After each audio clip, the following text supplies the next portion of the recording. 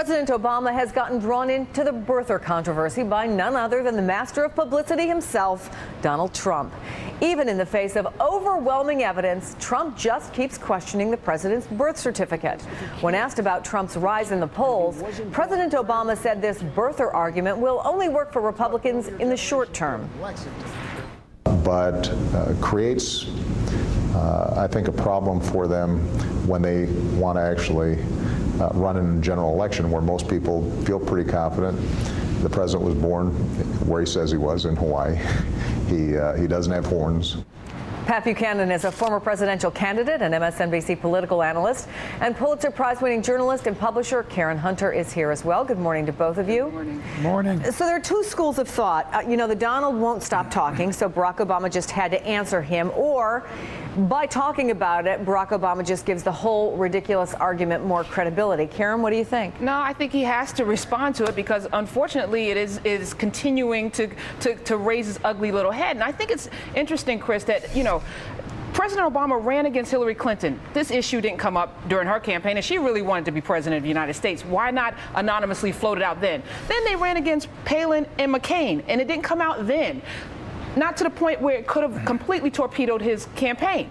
But it didn't. And now it's coming back and it's gaining all of this attention. And I just, I think he had to say something.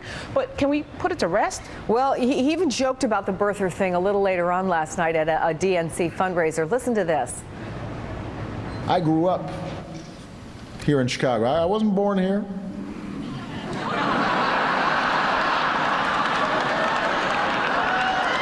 Just want to be clear. I was born in Hawaii.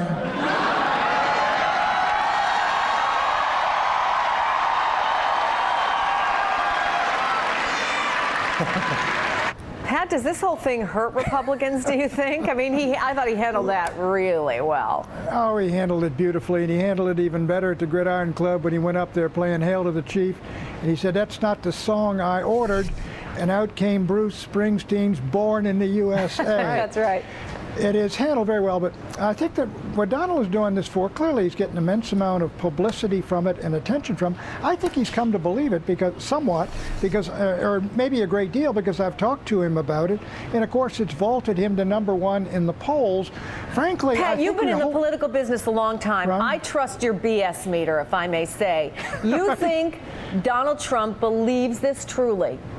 I think he's come to believe some of it. I've talked to him on TV after he got into it. I mean, he's called people on the phone and talked for a half hour. I'll tell you, one thing I don't understand, and even Chris Matthews was asking, I don't know why the president's people in Hawaii go get the birth certificate. If it's been lost or destroyed, say, look, they lost it or it's been destroyed, it's not there anymore, or if they got the actual one, here it is. It's a non-issue. And end this thing. Yeah. It's a non-issue. All right, let me ask you about this radio show comment that Trump was on a radio show talking about whether he was going to run for president, and President Obama's popularity with African-American voters. Here's what the Donald had to say. I have a great relationship with the blacks. I've always had a great relationship with the blacks. The blacks. Some of my best friends are black. Oh, you people. Oh, that one. Donald, why did you just say all of that? The blacks. The blacks. Yeah, the black ties. Being in the black, he loves that. No, actually, as one of the blacks, I can tell you clearly, Chris, he does not have a great relationship with the blacks. And you can ask 5 kids from New York City during the Central Park jogger rapist trial, when Donald Trump took out a full-page ad calling for the death penalty. He wanted to kill these kids, and it turned out that they were innocent. So if this is the way he's going to run the country, legislating through the media, convicting people through the media, I think we're on the verge of idiocracy. Did you see that movie? I didn't. Oh my God, you gotta see it. I gotta see it? All right. So, Pat, is he serious?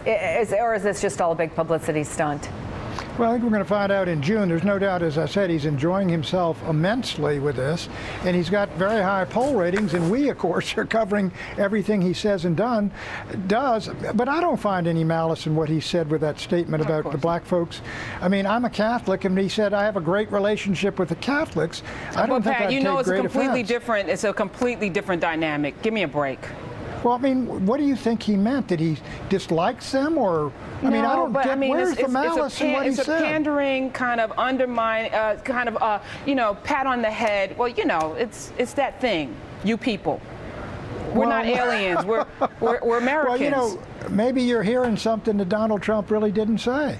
Well, we will let everyone make their own decision about this, but I think that you can listen to it, and it's very clear what the Donald had to say. Karen Hunter, Pat Buchanan, I want to thank both of you. You're always an interesting pair. Have a great weekend.